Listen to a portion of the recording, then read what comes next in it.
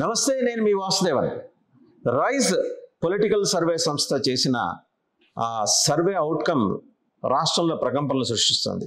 ఎందుకంటే ఇప్పటిదాకా వైసీపీ అనుకూల మీడియాగా చెప్పుకుంటున్నా, క్లెయిమ్ చేసుకుంటున్నా, లేదా టీడీపీ క్లెయిమ్ చేయిస్తున్న సంస్థలు ఇచ్చిన రిజల్ట్కి, అవుట్కమ్కి భిన్నంగా రైజ్ సర్వే అనాలిసిస్ ఉంది.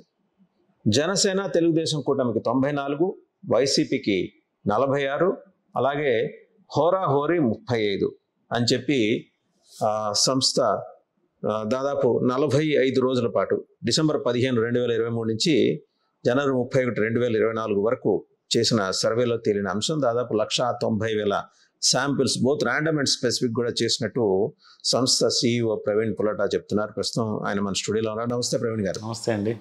సో మీ శాంపిలింగ్ కూడా చాలా మెటిక్యులస్ గా చేసినట్టున్నారు కదా. 190,000 మొత్తం తీసుకుని 189,000 అండ్ మీరు 168 నియోజకవర్గాలు, ఒక 7 మీకు రాజ్యం కాలేదేమో వెళ్ళటానికి రిమోట్ ఉన్నాయి. వాటికి IVRS సిస్టమ్ ద్వారా మోస్ట్ అసలు IVRS మేము ప్రిఫర్ చేయము, బట్ అక్కడ తప్పలేదు. ఎలా ర్యాండమ్ తీసుకున్నప్పుడు క్వశ్చనీర్ మీ ప్రతినిధులే ఆ నియోజకవర్గాలకి పర్సనల్గా వెళ్తారు. స్పెసిఫిక్ అన్నప్పుడు మీరు you have identified targeted group of audience, women అయితే women, student community, youth. Exactly right. చాలా సంస్థల చేసిన సర్వేల అవుట్కమ్కి భిన్నంగా మీద వచ్చింది. అంటే మీరు అక్కడేమి వైసీపీని తక్కువ చేయాల, మంచి గుడ్ నెంబర్ ఇచ్చారు. ఇంత వ్యతిరేకత ఉన్న 46 సీట్లు వస్తున్నాయంటే వైసీపీ ఇంకా అక్కడ జనంలో కొన్ని చోట్ల ఉందన్నట్టు. ఎక్కడ ఫెయిల్ అయిందని, అంటే మీ పారామీటర్స్ తీసుకున్న పారామీటర్స్ ఏంటి, అందులో జనం నుంచి ఎక్కువ వచ్చిన స్పందన ఏంటి? ముఖ్యంగా ఏంటంటే కొంత అన్రెస్ట్ వాతావరణం ఉంది. అధిక ధరల విషయంలో పీపుల్ చాలా కొంత ఫ్రస్ట్రేషన్ అనేది కనిపిస్తుంది చాలా ఏరియాల్లో. ఇంకా మెజారిటీ ఏరియాల్లో ఏమవుతుందంటే ఈ నిరుద్యోగం ప్రభావం ఒకటి ఉంటుంది. నెక్స్ట్ చాలా వరకు కేవలం ఈ సంక్షేమ పథకాలు ఈ 10 రోజుల్లో ఏదైతే ఒక 5,000 ఇస్తారు, 4,000 ఇస్తారు, వాటితో 10 రోజుల్లోనే మొత్తం ఇది ఇష్యూ క్లోజ్ అయిపోతుంది. మళ్ళీ అగైన్ వీళ్ళు వెతుకులాట ప్రారంభిస్తున్నారు. అసలు ఎక్కడ కూడా ఎర్నింగ్ స్కోప్ అనేది కనిపించట్లా. నిరుద్యోగ యువత నుండి ప్రతి సెగ్మెంటు చాలా అసంతృప్తితో ఉన్నారని చెప్పొచ్చు. ముఖ్యంగా ఎంప్లాయీస్ సెక్టారు, అలాగే సచివాలయ ఉద్యోగులు, నెక్స్ట్ మెయిన్ టీచర్లు, వీళ్ళ ప్రభావం అనేది చాలా కనిపిస్తుంది.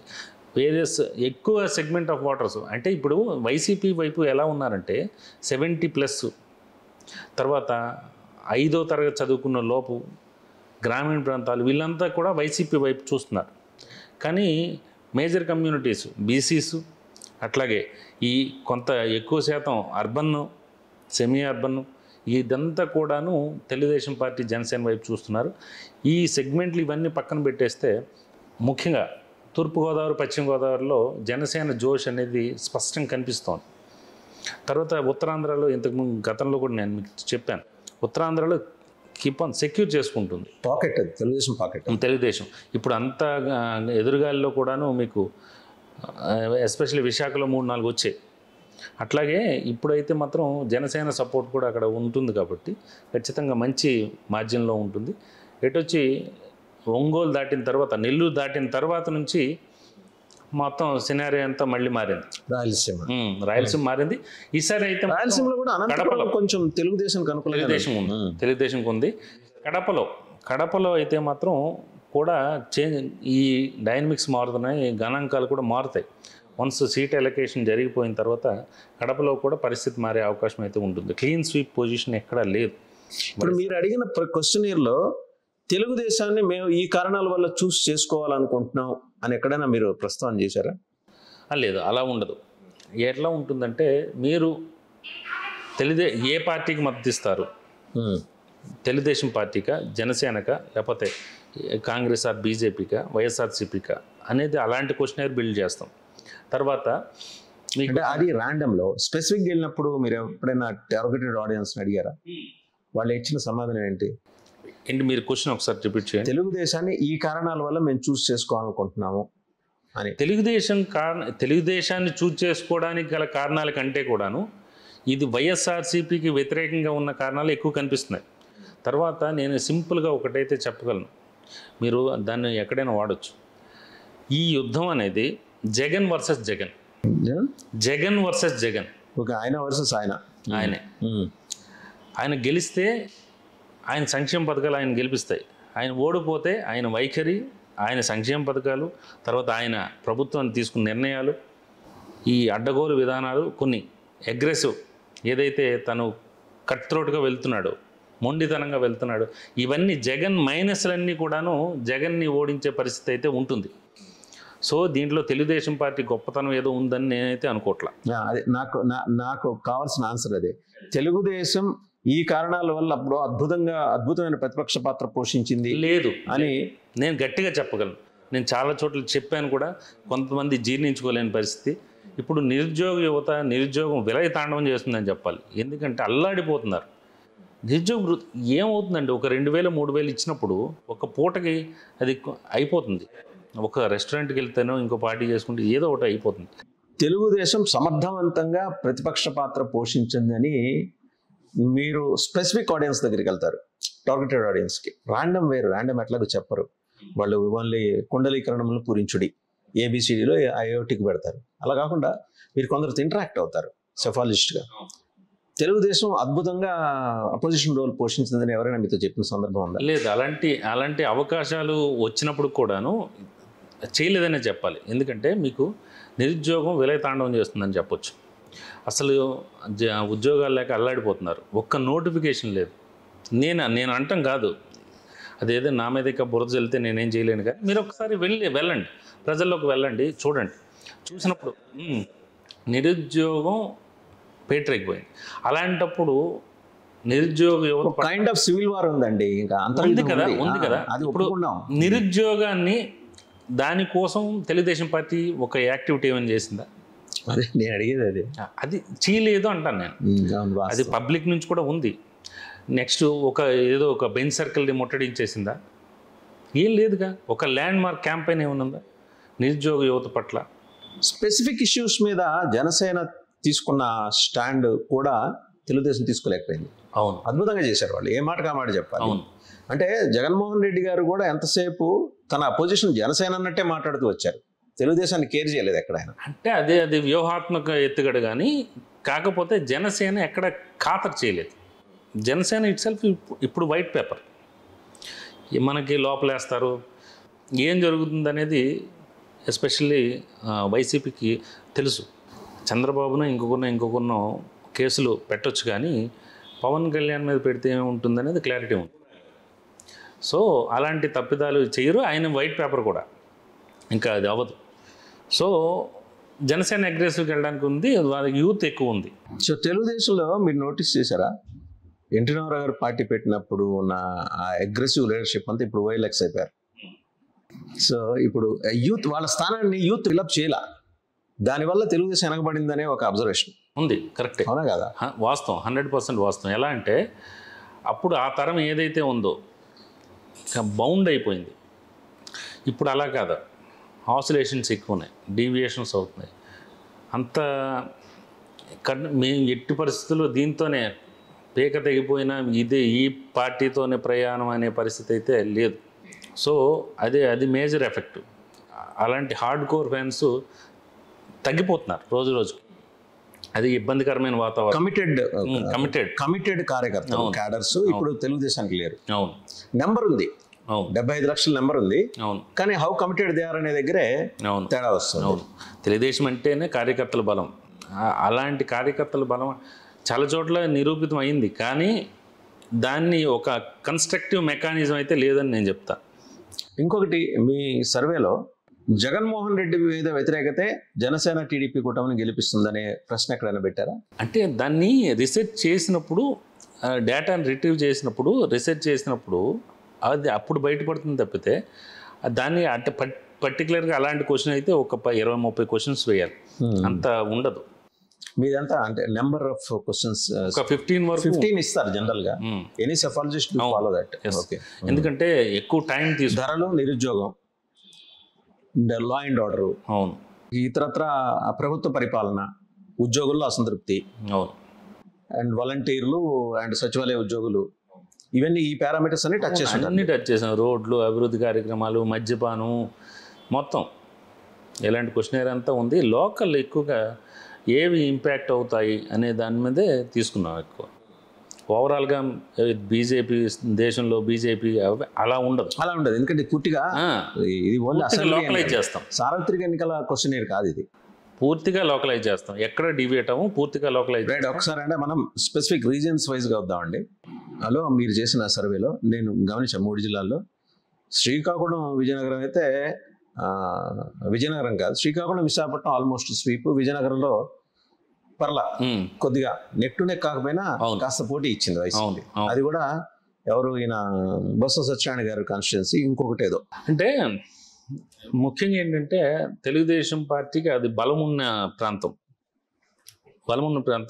ఇప్పటికే పీపుల్లో ఒక చేంజ్ కోరుకుంటున్నట్టు తెలియదు. అప్పుడు గతంలో ఏం జరిగింది, 2019లో ఏం జరిగింది, మళ్ళీ సేమ్ సినారియో రిపీట్ అవుతుంది. అదే ఆ వ్యతిరేకత అనేది స్పష్టంగా కనిపిస్తుంది. కొంతమంది సైలెంట్ ఓటింగ్ కూడా ఈసారి ప్రభావం చూపిస్తుంది. చాలామంది చెప్పడానికి కూడా భయపడుతున్నారు. మీకు తూర్పుగోదావరి, పశ్చిమ గోదావరి, ఈ ప్రశ్న దగ్గర నేను ఆగుతున్నానండి. ఉత్తరాంధ్రలో ఆ సైలెంట్ ఓటింగ్ ఇంపాక్ట్ ఏమన్నా మీకు కనిపిస్తుందా? ఖచ్చితంగా ఉంటుంది. ఈసారి మంచి తెలుగుదేశం పార్టీకి అనుకూలమైన ఫలితాలు అయితే చూస్తారు మీరు. ఎక్కడెక్కడైనా మార్పు లేదు. ఒక కృష్ణా, గుంటూరు, లేకపోతే గుంటూరు కూడా కాదు, ఇంకా కొన్ని ప్రాంతాల్లో ఒంగోలు, నెల్లూరు, ఇట్లా ఏమైనా మార్పులు అయితే మీరు కనిపించవచ్చు, కానీ యాక్యురేట్గా దిగుతాయి. ఉత్తరాంధ్ర విషయంలో ఖచ్చితంగా ఇప్పుడే చెప్పేయచ్చు. మళ్ళీ నామినేషన్ తర్వాత అలా కాకుండా ఇప్పుడు చెప్పేయచ్చు. అభ్యర్థులు ఎవరైనా సరే ఉత్తరాంధ్రలో తెలుగుదేశం జెండా బలంగా పారుతుంది. అవును ఖచ్చితంగా. అండ్ ఇంకో 2 కాన్స్టిట్యూన్సీస్ గురించి అడుగుతానండి. నర్సీపట్నం ఒకటి, తుని ఒకటి. ఈ 2 నియోజకవర్గాలు. తుని అంటే తూర్పుగోదావరి జిల్లా, నర్సీపట్నం అంటే చెప్పండి పర్లేదు విశాఖ జిల్లా కిందకు వస్తుంది. అప్పుడు నేను మారిన జిల్లాల కింద మాట్లాడట్లేదు, ఉమ్మడి జిల్లాలో. చెప్పండి పర్లేదు. చింతకాయల అయ్యన్న పాత్రుడు గారు కొంత అన్రెస్ట్ ఫీల్ అవుతున్నారు. అక్కడ వాళ్ళ అబ్బాయి కంటెస్ట్ చేస్తారా, ఆయన చేస్తారా దాని మీద ఆయన క్లారిటీ లేదు. రెండవది, వాళ్ళ అబ్బాయికి ఏమో అనకాపల్లి ఎంపీ టికెట్ అడుగుతారు, ఒకవేళ ఆయనకి ఇక్కడ డినై చేస్తే. ఈ అంశాలు ఏమన్నా అంటే మీ క్వశ్చనీలో లేవు, కానీ మీరు ఇంటరాక్ట్ అయినప్పుడు ఈ అంశాలు ఇక్కడ జనరల్గా పార్టీ వర్గాలతో కూడా మనం ఇంటరాక్ట్ అవుతాం. ఇప్పుడు ఎనాలిసిస్ అంటే మనం ప్యూర్లీ జర్నలిస్టిక్ లేకపోతే పొలిటికల్ అనాలిసిస్ చేయనక్కర్లా. పార్టీ వర్గాలతో కూడా ఇంటరాక్షన్ ఉంటుంది, మనకి ఖచ్చితంగా ఉంటుంది. ఎందుకంటే వాళ్ళు కూడా ఎప్పటికప్పుడు సంప్రదిస్తుంటారు. అక్కడ ఎలా ఉంది, ఇక్కడ ఎలా ఉంది, ఏం చేసుకోవాలి, ఎలా స్ట్రాటజీస్ బిల్డ్ చేయాలి అడుగుతుంటారు. కాబట్టి దీంట్లో ఆ పరస్పర సంప్రదింపుల విషయంలో కొన్ని విషయాలు అయితే బయటకు వస్తుంటాయి. నర్సీపట్నం విషయంలో ఖచ్చితంగా అయ్యన్న పాత్రుడు పోటీ చేస్తారు. చింతకాయల విజయ్కి కూడాను అనకాపల్లి అడిగారు, కానీ క్యాస్ట్ ఈక్వేషన్స్ పరంగా అనకాపల్లి చింతకాయల విజయ్కి ఇవ్వకపోవచ్చు. అక్కడ కాపు కమ్యూనిటీ నుంచి అభ్యర్థి ఉంటారు ముఖ్యంగా, ఎందుకంటే కాపు బెల్ట్ ఎక్కువ ఉంది. ఒకటి అరా తప్పితే గవర కమ్యూనిటీ, లేకపోతే వీళ్ళది వెలమ ఉన్నారు, కానీ వెలమ కంటే కూడా కాపులు ఎక్కువ ఉన్నాయి. ఆ 7 కాన్స్టిట్యున్సీస్ ప్రాతిపదికన తీసుకోవాలి ఎంపీ సెగ్మెంట్ అనేటప్పుడు. సో అది కాపు ఈక్వేషన్స్లో కాపుకి ఇవ్వడానికి అవకాశం ఉంటుంది. గతంలో కూడా ముత్తంశెట్టి శ్రీనివాసరావు అయితేనే, ఈయన అయితేనే, గంటా శ్రీనివాసరావు అయితేనే, వీళ్ళందరూ కూడా కాపు కమ్యూనిటీ వచ్చారు. కాబట్టి అది క్లియర్. నెక్స్ట్ ఇంకోటి తుని అడుగుతున్నారు. తుని విషయంలో మీకు తెలుగుదేశం పార్టీ సీనియర్ నేత యనమల రామకృష్ణుడు తనయ యనమల దివ్యకి యాక్సెప్టెన్సు తక్కువ ఉంది. అక్కడ ఆమె వాక్పటం లేదు, యాక్సెప్టెన్స్ తక్కువ ఉంది. అంటే ఆమె డ్రాబ్యాక్ అంతా ఆమె తండ్రి గారే, ఆయన మీద ఉన్న నెగిటివిటీ ఈమె మీదకి క్యారీ ఫార్వర్డ్ అట్లా ఏం లేదు. మరి అంత నెగిటివిటీ ఉంటే ఎన్నిసార్లు 6 సార్లు గెలిపించారు, తర్వాత ఇక ఓడిపోతూ వస్తున్నారు, 2-3 సార్లు ఓడిపోతూ వస్తున్నారు. కాకపోతే ఏంటంటే వీళ్ళు అక్కడ యనమల రాజేష్, దివ్య, ఈయన యనమల కృష్ణుడు. యనమల రాజేష్కి ఏదైతే అక్కడ మొత్తం అప్పచెప్పడం యనమల కృష్ణుడికి నచ్చట్లా. సో ఇది ఇక్కడ ఇంటర్నల్గా ఈ వార్ నడుస్తుంది, ఆ ప్రభావం కూడా ఉంటుంది. ఇప్పుడు సర్వే అంటే కేవలం మనం ఏం చేస్తాం, కేవలం ఎంత పర్సంటేజ్ ఇదే కాదు, అక్కడ స్థానిక పరిస్థితి, స్థానిక అంశాలు కూడా తీసుకుంటారు. ఇటీవల జరిగిన పరిణామాలు, అసలు ఎవరికి ఎంత శాతం ఓట్ బ్యాంక్ ఉంటుంది, మొత్తం అంతా కూడా రీసెర్చ్ పార్ట్ కూడా ఉంటుంది. కేవలం క్వశ్చనరే కాదు, రీసెర్చ్ పార్ట్ కూడా ఉంటుంది. So we can get it. Yanamala దివ్యకి ఎస్పెషల్లీ సొంత పార్టీ నుంచే ఇబ్బందులు ఉన్నాయి. రైట్. శ్రీకాకుళం ఒకసారి వెళ్తే అచ్చెన్నాయుడు గారు, పార్టీ రాష్ట్ర అధ్యక్షులు టీడీపీ, ఆయనకి ఫేవరబుల్గా ఉందా ఆ సీటు, లేకపోతే తెలుగుదేశానికి ఫేవరబుల్గా ఉందా? అచ్చెన్నాయుడుదా? ఇద్దరికీ ఉంది. ఇంకేంటంటే అంటే తెలుగుదేశం పార్టీకి ఫేవరబుల్గా ఉంది. అచ్చెన్నాయుడికి ఢీకొట్టే పర్సన్ అక్కడ వైసీపీ నుంచి లేరు. రెండు కలిసి వస్తుంది. లేకపోవటం వల్ల ఆయన స్టార్గా అక్కడ వెళ్ళిపోతున్నాడు. అంతే కదా. వైసీపీ నిలబెట్టబోతున్న అతను ఎవరో, మా పేరు కూడా చాలా ప్రముఖంగా వినిపించింది, దువ్వాడ శ్రీనివాస్. అంత కాంపిటీషన్ ఇచ్చే అవకాశం లేదా? లేదు, అతనికి తలనొప్పులు ఉన్నాయి. అతనికి సొంత ఇంటి నుంచి సొంత పార్టీ నుంచి తలనొప్పులు ఉన్నాయి. ఎలాగైనా వైసీపీ దానికి సీటు కొట్టాలని అక్కడి నుంచి ఎవరైతే తలనొప్పులు ఉన్నాయో ఆ పేరాడ తిలకని తీసుకొచ్చి ఎంపీ కంటెస్టెంట్గా చేసి ఈయనకి ఎమ్మెల్సీ ఇచ్చి మళ్ళీ వాళ్ళ పేరాడ తిలక్. సో గుంటూరు పల్నాడు సెగ్మెంట్ అంటే మెట్ట ప్రాంతంలో తెలుగుదేశం చాలా బలంగా ఉన్నట్టు కనిపిస్తుంది. అండ్ మీరు ఇచ్చిన దాంట్లో మీరు మాచర్ల, గురజాల వీటి గురించి మాట్లాడుతున్నప్పుడు నెక్ టు నెక్ ఇచ్చారు. నాకు మాచర్లకు సంబంధించి క్లారిటీ ఉంది. పిన్నెల రామకృష్ణారెడ్డి గారు డెఫినెట్గా వచ్చే అవకాశాలు ఉన్నాయని స్పష్టమైన ఇండికేషన్స్, అది neck to neck. Interestingly Gurajala కూడా అలాగే ఇచ్చారు మీరు. అక్కడ ఎరపతినేని శ్రీనివాసరావు గన్ షాట్కి గెలుస్తారనేది మాకు ఇన్పుట్స్, కానీ అది కూడా నెక్ టు నెక్ ఇచ్చారు. కారణం ఏంటి? మనం తీసుకున్న శాంపిల్స్ డేటా ఎక్స్ట్రాక్ట్ చేసినప్పుడు, డేటా అనాలిసిస్ చేసినప్పుడు మనకి ఏదైతే యాక్యురేట్గా డేటా వస్తుందో దాన్ని బేస్ చేసుకుని మేము ఇస్తాం. అక్కడ క్యాండిడేట్ ఎక్స్ అవ్వచ్చు, వై అవ్వచ్చు. ఇంకొకటి కూడా మీకు చెప్తాను నేను, ఒక కాన్స్టిట్యున్సీకి వెళ్ళినా లేకపోతే ఒక స్టేట్కి వెళ్ళినా, అదర్ స్టేట్ ఈవెన్ కర్ణాటక అయినా తమిళనాడు అయినా మేము చేసేటప్పుడు యాజ్ ఎ లేమైనా వెళ్తాం. ఎవ్వరూ మాకు పరిచయం ఏం పెట్టుకోకుండా వెళ్తాం. అసలు నెక్స్ట్ మీకు ఏంటంటే గురజాల్లో, మాచర్లలో కానీ ఎక్కడికైనా తెలుగు, ముఖ్యంగా ఆంధ్రప్రదేశ్లో ఎస్పెషల్లీ సర్వే చేయాలంటే మనకి ఉండేదంతా తెలంగాణ టీం కానీ నార్థన్ టీం కానీ ఉంటుంది. అది కూడా మీరు గుర్తుపెట్టుకోవాలి. సో మనకి ఏమి ఉండదు, ఎలాంటి అటాచ్మెంట్స్, అసోసియేషన్స్ ఉండవు వాళ్ళకి. ఉంటాయి. ఇప్పుడు చాలా సర్వే సంస్థలు ఎక్కడ ఫెయిల్ అవుతున్నాయి? ఇప్పుడు అధికార పార్టీకి ఉన్నాయి, తర్వాత ప్రతిపక్షానికి ఉన్నాయి. వీళ్ళు ఏం చేస్తున్నారు, ఫస్ట్ వెళ్ళి అక్కడ లోకల్ పొలిటీషియన్ కలుస్తున్నారు. మీకు యాక్యురేట్ డేటా ఎట్లా వస్తుంది చెప్పండి. వాళ్ళు ఏం చేస్తారు, నిజంగా వాళ్ళకి ఎక్కడైతే బలం ఉందో ఆ సెగ్మెంట్లో పంపిస్తారు, ఆ ఏరియాలో పంపిస్తారు. ఎట్లా వస్తుంది మీకు? సో ఓకే, రెండు ఇంట్రెస్టింగ్ సెగ్మెంట్స్ కాబట్టి అడిగాను. లేదు, Macherla especially they are inviting change అనేది, ఒక మార్పు అనేది కోరుకుంటున్నారు. చాలా గుంభనంగా ఉంది బాగా. అంటే ఇన్ఫ్యాక్ట్ లాస్ట్ టైం గురజాలలో ఎరపతినేని గారు ఓడిపోవటమే ఆశ్చర్యం కలిగించింది మాకు. ఎందుకంటే is the most accepted people's leader ఆయన. నేను పార్టీలకు సంబంధం లేకుండా ఒక ఇండివిజువల్ గురించి మాట్లాడుతున్నా. ఆయన పార్టీ చూసి ఓటేరు. ఆయనకి ఎరపతినేని శ్రీనివాసరావు కాబట్టి ఓటేస్తారు. అది ఆయన ఏ పార్టీ నుంచి ఓటేస్తారు. లేదు, ఆయనకి పాజిటివ్ వైబ్సే ఉంది. బట్ ఎక్కడో కొంత మెయిన్ క్యాండిడేట్ ఎలకేషన్ విషయంలో ఎక్కడో కొంత ఇది ఉంది వైసీపీ విషయంలో ఎస్పెషల్లీ. తర్వాత ఈమె అంటే వన్స్ క్యాండిడేట్ ఇది ఎలకేషన్ ఇదంతా జరిగిపోతే ఈమె విన్. అప్పుడు సర్వే బట్టి చెప్పొచ్చు. ప్రకాశం జిల్లాకు వద్దాం. ప్రకాశం, నేను ఉమ్మడి జిల్లాల గురించి మాట్లాడుతున్నా. ప్రకాశం జిల్లాలో చూస్తే తెలుగుదేశం చాలా బలంగా కనిపించింది. కాకపోతే సగం ప్రకాశం జిల్లాలో మళ్ళీ వైసీపీకి అనుకూలంగా ఉంది. వైసీపీలో పొద్దున్న లేస్తే లుకలుకలు ఫస్ట్ కనబడే జిల్లా అది. అయినా కూడా వైసీపీ అక్కడ 4-5 సెగ్మెంట్లు గెలిచే అవకాశాలు ఉన్నట్టుగా మీరు ఇచ్చిన రిపోర్ట్ చూసాం. అభ్యర్థులను బట్టా, పార్టీని బట్టా, లేకపోతే తెలుగుదేశం పనితనం ఘోరంగా ఉండబట్టా? వైసీపీ పనితనం ఘోరంగా ఉంటే నేనే తెలుగుదేశం గెలిచేవి కాకుండా వైసీపీ కూడా ఒక 4 సీట్లు ఇస్తున్నారు మీరు ప్రకాశం జిల్లాలో. అసలు వైసీపీకి 1 సీటు కూడా రాదనుకొని చాలా మంది భావిస్తున్నారు. ఎందుకు రాదు? బోల్డెన్ లోకల్ ఆ పార్టీలో అక్కడ ఉండొచ్చు, పార్టీలో లోకల్ ఉండొచ్చు, కానీ చివరి నిమిషం పాలిటిక్స్ కూడా డిఫరెన్స్గా ఉంటాయి. ఇప్పుడు యాజ్ ఆఫ్ నౌ సినారియో ఏంటనేది మనం అక్కడ అదే కరెక్ట్గా రిఫ్లెక్ట్ అయింది. ప్రస్తుతం ఉన్న సినారియోనే మనం రిఫ్లెక్ట్ అయింది.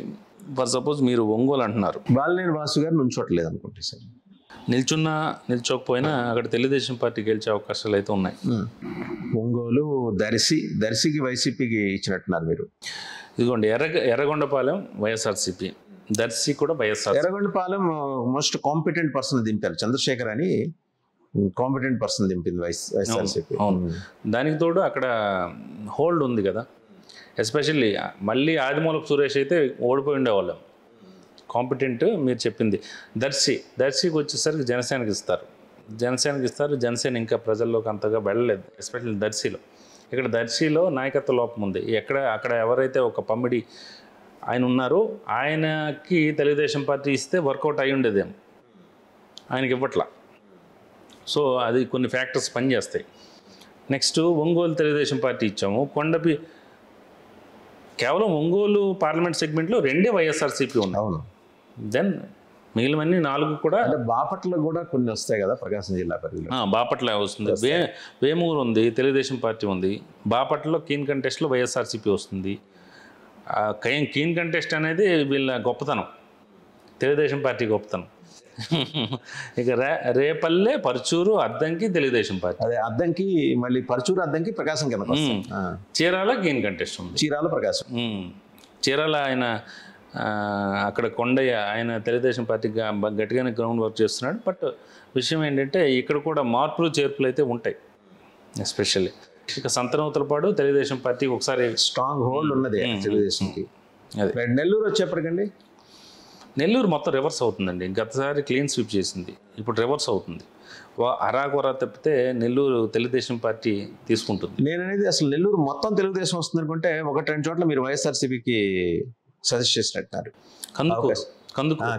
కందుకూరు నెల్లూరు పార్లమెంట్ సెగ్మెంట్ లో కందుకూరు మహేందర్ రెడ్డి అయితే గెలిచిండేవాడు. మహేందర్ రెడ్డి చేతులు జరుగుతున్నాయి అన్న కదా. అదే మహేందర్ రెడ్డి అయితేనే గెలిచే అవకాశాలు ఉన్నాయి. ఇప్పుడు తెలుగుదేశం పార్టీకి వెళ్తున్నాడు ఆయన. ఇవాళ కలిశాడు కదా, నిన్న ఎప్పుడో నారా లోకేష్ని కలిశాడు ఇక్కడ. సో అందుకే ఈ క్యాండిడేట్ ఎలకేషన్ తర్వాత మళ్ళీ వేరు ఇంకోసారి మీరు సర్వే చేసే అవకాశం ఉంది, చేయాలి. సో కావలి తెలుగుదేశం పార్టీ, ఆత్మకూరు తెలుగుదేశం పార్టీ, ఒక కోవూరు అయితే కీన్ కంటెస్ట్ ఇచ్చాం. కోవూరు జనసేన అడుగుతుంది, అదొక సమస్య ఉంది అక్కడ. జనసేన ఓట్ బ్యాంక్ ఎంత ఉందో చూసుకోవాలి. ఇక Nellore Telugu Desam party, Nellore rural Telugu Desam party. Nellore rural Kotamreddy Sridhar Reddy ఆయన ఓన్ ఇమేజ్తో బ్రహ్మాండంగా ఆయన పనిచేస్తున్నాడు. కాంట్రవర్షియల్ అకాడమిషియన్ డాక్టర్ నారాయణ ఈసారి గెలిచే అవకాశాలు ఉన్నాయా? అంటే ముందు ఉపోద్ఘాతం నాకు అది సంబంధం లేదు, కానీ నెల్లూరు సిటీ ఎస్పెషల్లీ నారాయణ మంచి మెజారిటీతో గెలుస్తారు ఈసారి. ఎందుకంటే లాస్ట్ టైం ఓడిపోయారు. గెలుస్తారని వైఎస్ఆర్సీపీలో ఎస్పెషల్లీ వాళ్ళు రికార్డులు కూడా చెప్తున్నాయి, సర్వే రిపోర్ట్లు కూడా చెప్తున్నాయి. కాబట్టి అనిల్ కుమార్ని మార్చారు, అందుకనే షిఫ్ట్ చేశారు. వాళ్ళు పెడుతున్న వైసీపీ అభ్యర్థి పేరు ఇంకా ప్రకటించారా? నెల్లూరు ఇన్ఛార్జ్ వైసీపీ ఇంకా లేదు. రైట్, ఇది ప్రకాశం నెల్లూరు అయిపోయింది. ఇక పూర్తిగా రాయలసీమలోకి వచ్చేద్దాం. రాయలసీమలో అనంతపురం, మీరు నాకు కూడా ఉన్న రిపోర్ట్స్ ప్రకారం మీ రిపోర్ట్స్ 2 సరిసమానంగా ఉన్నాయి. తెలుగుదేశానికి మంచి పర్ఫార్మెన్స్ అక్కడ ఇచ్చే అవకాశం ఉందని అంటున్నారు, నిజమేనా? అవునండి. Rayadurgam, Uravakonda, Guntakal, Tadipatri, Singanamala, Anantapuram urban and Kalyanadurgam. ఒక తాడిపత్రే కీన్ కంటెస్ట్ కనిపిస్తోంది, జేసీ బ్రదర్స్. మిగిలినవన్నీ కూడాను ఇటు వచ్చే అవకాశాలు అయితే ఉన్నాయి. అనంతపురం అర్బన్ చెప్పగల ప్రభాకర్ చౌదరి గారే ఉండొచ్చు, ఈసారి కూడా కంటెస్ట్ చేయొచ్చు. అవును, ఆయనకి మంచి ఫెయిర్ ఛాన్సెస్ ఉన్నాయి. అవును. సో అక్కడ వచ్చేప్పుడు రాప్తాడు వచ్చేప్పుడు హిందూపూర్ సెగ్మెంట్ కిందకి వచ్చిందేమో. పరిటాల సునీత రాప్తాడు ఆవిడ గెలుస్తున్నారు, కానీ ఆవిడకి ఇవ్వకపోవచ్చు, ఎవరో రియాల్టర్ లేదా ఆవిడకే ఇవ్వచ్చు. ఎటు వచ్చి ధర్మవరం వాళ్ళ అబ్బాయికి ఇవ్వకపోవచ్చు. ఓకే, ధర్మవరం ఇంట్రెస్టింగ్ పాయింట్ ఏంటంటే గుడ్ మార్నింగ్ ధర్మవరం పేరుతో చాలా ఫేమస్ అయ్యాడు ఆయన, కేతిరెడ్డి వెంకటరామరెడ్డి గారు, ధర్మవరం ఎమ్మెల్యే. ఆయనకు కూడా నెగిటివిటీ వచ్చేసిందంటే పార్టీ మీద ఉన్న నెగిటివిటీనా, లేకపోతే ఆయనకి సంపాదించుకున్న వ్యతిరేకత అంటారు? అది పార్టీ మీద ఉంది. తర్వాత తెలుగుదేశం పార్టీ అనుకూలం కొంత చాలా వరకు ఓట్ టర్న్అవుట్ అయింది. నెక్స్ట్ ఇంకోటి ఏంటంటే చాలామంది కోట్ చేస్తున్నారు. నేను కూడా ఒక మాట అన్నా, కొన్ని పొలిటికల్ డైనమిక్స్ డిఫరెంట్గా ఉంటాయి. ఇప్పుడు అంత ప్రజల్లో ఉంటే అందరూ గెలుస్తారని, ఇరు పార్టీలు నేతలు కూడా ప్రజల్లో ఉంటారు కదా, 2 పార్టీలు గెలవు కదా, ఇద్దరు గెలవు. ఇప్పుడు రాష్ట్రం అంతా 174 తీసేయండి, 175ది ధర్మవరం అయితే రోజు ఆయన గుడ్ మార్నింగ్ చెప్పుకుంటూ తిరుగుతూనే ఉన్నాడు కదా, గెలవాలి కదా. అలాంటి క్వశ్చన్ రైజ్ చేసినప్పుడు చెప్పలేము కొన్ని, అది కూడా మీరు చూసుకోవాలి. అదే డిఫరెంట్ పర్సెప్షన్లో ఉంటుంది. అందుకే మనకి మీకు దాదాపు 1% అంటే 175 సీట్స్ మీరు తీసి ఎర్రర్ పర్సెంటేజ్ కూడా ఉంటుంది. చెప్పారు మీరు 0.8 to 1% అన్నారు. ఎగ్జాక్ట్లీ ఇచ్చారు, సైంటిఫికల్ గా వెళ్ళారు. ఎగ్జాక్ట్లీ. సో అనంతపురం అయిపోయింది. హిందూపూర్ వచ్చేప్పటికండి, హిందూపూర్ పార్లమెంట్ సెగ్మెంట్ మడకశిర వైఎస్ఆర్సీపీకి ఉందండి. హిందూపురం బాలకృష్ణ గారు అనుమానం లేదు. పెనుకొండ కీన్ కంటెస్ట్ ఉంది, అది మేబీ వైఎస్ఆర్సీపీకి ఛాన్స్ ఉంది. పుట్టపర్తి అండ్ ధర్మవరం కీన్ కంటెస్ట్లో తెలుగుదేశం పార్టీ గెలుస్తుంది. ఇక్కడ ధర్మవరం మళ్ళీ చేంజ్ అయ్యే అవకాశాలు అయితే ఉన్నాయి, క్యాండిడేట్ బట్టి కూడా ఉంటుంది. ఇప్పుడైతే పార్టీ బట్టి మనం తీసాము. అక్కడ వరదాపురం సూర్య ఆయన ఏమైనా కంటెస్ట్ చేయొచ్చు, అదొకటి అవకాశం ఉంది. కదిరి కూడా కీన్ కంటెస్ట్ ఉంది. తర్వాత కదిరి కూడా తెలుగుదేశం పార్టీకి అవకాశాలు అయితే స్పష్టంగా కనిపిస్తున్నాయి. బట్ ఇప్పుడు as of now we can't. Raptadu keen కంటెస్ట్లో తెలుగుదేశం పార్టీ. సో రియాల్టర్ కాదు, సునీత గారే కంటెస్ట్ చేయొచ్చు. నిన్న కూడా ఏదో తల్లి కొడుకులు ఇద్దరికి ఇచ్చే అవకాశాలు ఏమైనా ఉన్నాయా అక్కడ? లేదు, ఇద్దరిలో ఒకరికే ఇస్తామని చెప్తున్నారు. దానికి కూడా ఏదో కోట్ చేస్తున్నారు, ఆర్థికంగా 2 సీట్లు అయితే పెట్టుకోలేరని. అయినప్పటికీ చాలా చోట్ల ఇష్యూ వస్తుంది. ఇంకా తాడిపత్రి వస్తుంది, జేసీ ఫ్యామిలీ అడుగుద్ది, అయ్యన్న పాత్రుడు ఫ్యామిలీ అడుగుద్ది, ఇంకో ఫ్యామిలీ అడిగితే ఇలా ఇచ్చుకుంటూ పోవాలి. అది ఎక్కడో ఒక చోట ఒక ఇది పెట్టాలి కాబట్టి. రైట్. ఇంకోటి అనంతపురం అయిపోయిందండి. కర్నూలు జిల్లా. కర్నూలు వైఎస్ఆర్సీపీకి బాగుందండి. కర్నూలు కీన్ కంటెస్ట్లో ఇక్కడ నేను కీన్ కంటెస్ట్ ఇచ్చాను. అది ఖచ్చితంగా తెలుగుదేశం పార్టీకి అవకాశం అయితే ఉంటుంది. టీజీ భరత్ అక్కడ గెలిచే అవకాశాలు అయితే ఉంటాయి. కోడుమూరు, ఎస్పెషల్లీ కోడుమూరు అయితే వైఎస్ఆర్సీపీ, అలాగే ఎమ్మిగనూరు కూడా కీన్ కంటెస్ట్. కోడుమూరు ఆయన వైఎస్ఆర్సీపీ, ఎవరో ఒక డెంటల్ సర్జన్ అనుకుంటా. నెక్స్ట్ మంత్రాలయం వైఎస్ఆర్సీపీ, ఆలూరు వైఎస్ఆర్సీపీ, పత్తికొండ కూడా వైఎస్ఆర్సీపీ. ఇది కొంచెం ఇంట్రెస్టింగ్ ఉంది మీ అబ్జర్వేషన్. అంటే ఇక్కడ కొంత తగ్గే అవకాశం ఉన్నప్పుడు కూడాను పార్టీ పరంగా అయితే స్టిల్ హోల్డ్ ఉంది. అక్కడ తెలుగుదేశం పార్టీ వెనకబడింది అనేది చెప్పొచ్చు. ఎస్. అండ్ చిత్తూరు అండి. చిత్తూరు ఈసారి తెలుగుదేశం పార్టీకి టర్న్అవుట్ అయిందండి. చిత్తూరు ఎస్పెషలీ ఓన్లీ చంద్రగిరి అయితే కీన్ కంటెస్ట్లో వైఎస్ఆర్సీపీ వస్తుంది. నగరి రోజా ఓడిపోతారు. ఆవిడ ఓడిపోతారు కాబట్టి ఆవిడని మార్చే అవకాశాలు కూడా ఉన్నాయి. ఆవిడకి ఎక్కడ మీకు గతంలో గుర్తుందో లేదో, మనం దాదాపు 1 year అయినట్టుంది వేరే వేదిక మీద మనం ఒక సర్వే రిజల్ట్ చెప్పాం. ఎవరెవరు మంత్రులు ఓడిపోతారు మీరు ఒక్కసారి రిమైండ్ చేసుకోండి, ఒకసారి రిమైండ్ కూడా చేసుకోండి. ఒకసారి చేసుకుంటే అవును, ఆ రోజు ఎవరైతే మంత్రులు ఓడిపోతారని మనం చెప్పామో అందరిని మార్చారు, చూసుకున్నారా? ఇప్పుడు మనం అందుకే యాక్యురేట్గా ఇస్తాము అనేది ప్రూవ్ అయింది. ఎవరైతే అప్పుడు చెప్పాను రోజా, అంబటి, వీళ్ళందరినీ మార్చారు. ఇప్పుడు అనిల్ కుమార్, ఎవరెవరైతే కొన్ని చోట్ల ఇక మార్పు చేయలేరు. ఇక్కడ శ్రీకాకుళం ధర్మాన ప్రసాదరావు, కొన్ని చోట్ల బొత్స సత్యనారాయణ, వీళ్ళని చేయలేరు. బుగ్గన రాజు చేయలేరు. కానీ ఎవరైతే మనం చెప్పామో అంతమంది మార్చారు. చంద్రగిరిలో ఎందుకని చంద్రబాబు గారు ఒకసారి గెలిచిన తర్వాత అప్పటి నుంచి టీడీపీ బాగా వేయలేకపోతాను? వేరియస్ ఫ్యాక్టర్స్ ఉన్నాయి. తర్వాత వీళ్ళు కాన్సన్ట్రేట్ కూడా చేయాలి కదా. బలమైన లీడర్ మీకు రాయలసీమలో ఏమవుతుందంటే బలమైన లీడర్ని రానివ్వరు, ఇంకా ఎదగరు. ఈ ద్వితీయ శ్రేణి ఒక్కసారి ఎదిగే అవకాశం లేదు. అన్ని మర్రి చెట్లు ఉంటాయి, మర్రి చెట్ల కింద ఇవి ఆ నీడలో ఎదగవు. ఒకవేళ అంటే ప్రాణభయం ఉంటుంది. ఇంకే అలాంటిది ఏదైనా అంటే మరీ ఇన్ డెప్త్ వెళ్తే అదండి ఓవరాల్గా. చిత్తూరు, కడప మెజారిటీ తగ్గుద్ది కానండి, క్లీన్ స్వీప్ చేస్తుంది వైఎస్ఆర్. ఏది ఒకవేళ వైఎస్ షర్మిల గారు అంటే బహుశా అప్పుడు మీరు చేసే టైంకి ఆవిడ ఎంట్రీ అయ్యింది, ఆవిడ ఎంట్రీ ఇచ్చేశారు కాంగ్రెస్లోకి. ఆవిడ కంటెస్ట్ చేసిన అనేది ఇన్ఫార్మల్గానే మీరు అడిగి ఉంటారుగా. అడిగినప్పుడు సమాధానం ఇచ్చారు ఇన్ఫార్మల్గా, అంటే క్వశ్చన్లో లేకపోతే. ఆవిడ ప్రభావం ఉంటుంది ఒక ఎంతవరకు, ఒక 3,000-4,000 ఓట్లు. అది ఎస్పెషల్లీ తెలుగుదేశం పార్టీ కూడా ఇక్కడ దెబ్బ అనిపిస్తుంది. వైఎస్ఆర్సీపీ అయితే ఇక్కడ క్లియర్ కట్ మెజారిటీ కనిపిస్తుందండి. ఆవిడ ఎంట్రీ వల్ల చీలిపోయే ఓట్లలో కేవలం వైసీపీ ఓట్లే చీలుతాయా, తెలుగుదేశం కూడా చీలే అవకాశం ఉంది. ఎక్కడెక్కడ సార్ రీజియన్స్ చెప్తే చాలు. అంటే అట్లా కాదు, నియోజకవర్గాల యూనిట్ని తీసుకోవాలి. ఇప్పుడు ఎందుకంటే సింపుల్ లాజిక్, జనరల్గా ఏమంటారంటే వైఎస్ఆర్సీపీని దెబ్బ కొట్టడానికి వచ్చింది ఆవిడ అనేది అంటారు.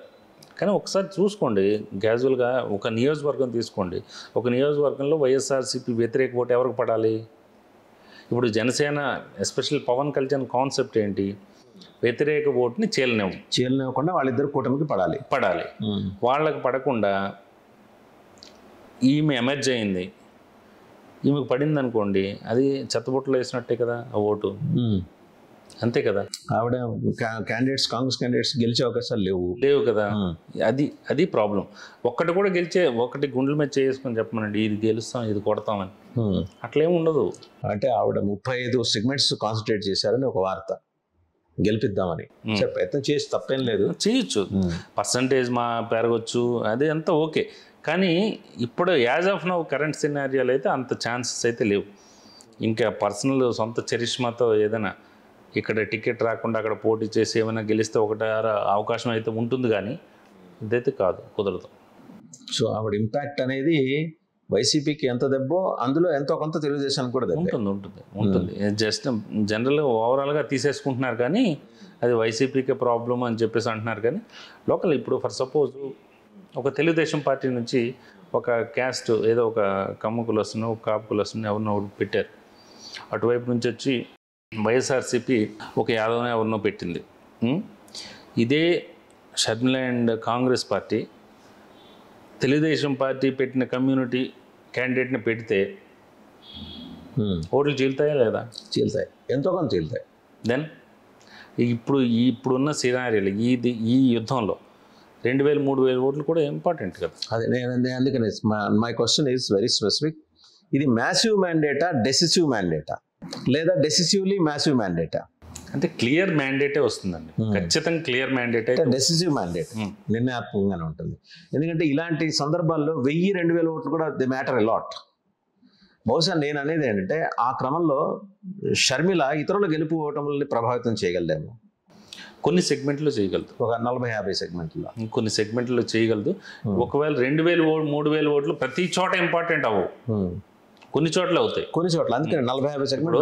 ఒకరికి ఎవరికైనా 20,000 మెజారిటీ వచ్చింది అనుకోండి, 18,000 పడిపోతే ఏముంటుంది, నష్టమే ఉంటుంది. So least bother. అండ్ ఇంకొకటి, అన్రిప్రజెంటెడ్ సోషల్ సెక్షన్స్కి తెలుగుదేశం ఈసారి ఏమన్నా అవకాశాలు ఇచ్చే సూచన మీకు కనిపించిందా క్యాండిడేట్స్? ఆ ప్రశ్న అంటే ఇన్ జనరల్గా నాకు తెలిసిన సమాచారం మేరకు గెలుపు గుర్రాలు ఏమి ఉండాలి, ఆర్థికంగా కూడా బలంగా ఉండాలి. మీరు ఎక్కడో చోట కంటెస్ట్ చేసి గెలుస్తారంటే ఎవరు కదా, గెలుస్తారని ఏంటి ప్రాతిపదిక? ఆర్థికంగా బలంగా ఉండాలి, డిఫరెంట్ ఫ్యాక్టర్స్ పనిచేస్తాయి. ఆర్థికంగా బలంగా ఉండాలి, తర్వాత అక్కడ సామాజిక సమీకరణాలు చూసుకుంటారు, క్యాస్ట్ ఈక్వేషన్స్తో పాటు అలయన్స్ ఎఫెక్ట్, ఇవన్నీ కూడా డిఫరెంట్ ఈక్వేషన్స్ పనిచేస్తాయి. కాబట్టి అన్ని బేరీజ్ వేసుకొని ఇస్తారని నేను అనుకుంటున్నాను. రైట్.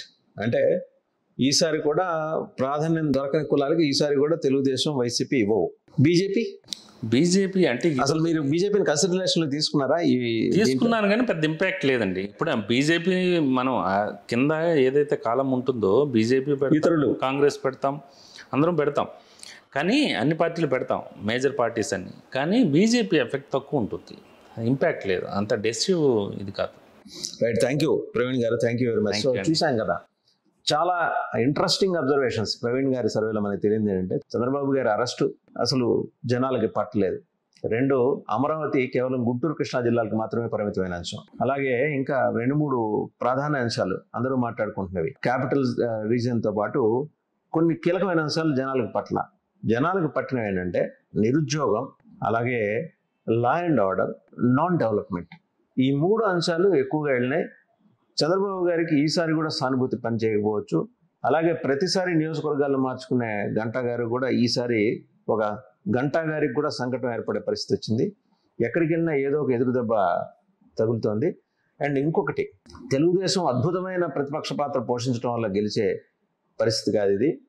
జగన్మోహన్ రెడ్డి గారి ప్రభుత్వం మీద ఉన్న విపరీతమైన వ్యతిరేకత తెలుగుదేశానికి అనుకూలిస్తుంది. కానీ ప్రతిపక్షంగా తెలుగుదేశం సమర్థవంతమైన రోల్ పోషించిందని అయితే చాలామంది ఇన్ జనరల్ ఇన్ఫార్మల్ కాన్వర్జేషన్లో వాళ్ళు చెప్పుకొచ్చినట్టుగా ప్రవీణ్ గారి సర్వే అవుట్కమ్ చెప్తుంది. అయితే ప్రవీణ్ గారు ఇంకొక కీలకమైన విషయం చెప్పారు. క్యాండిడేట్స్ని డిక్లేర్ చేసిన తర్వాత ఈ పరిస్థితుల్లో కొంత మేరకు మార్పు రావచ్చు. 35 హోరాహోరీ ఉంటే అవకాశాలు ఉన్నాయన్నారు.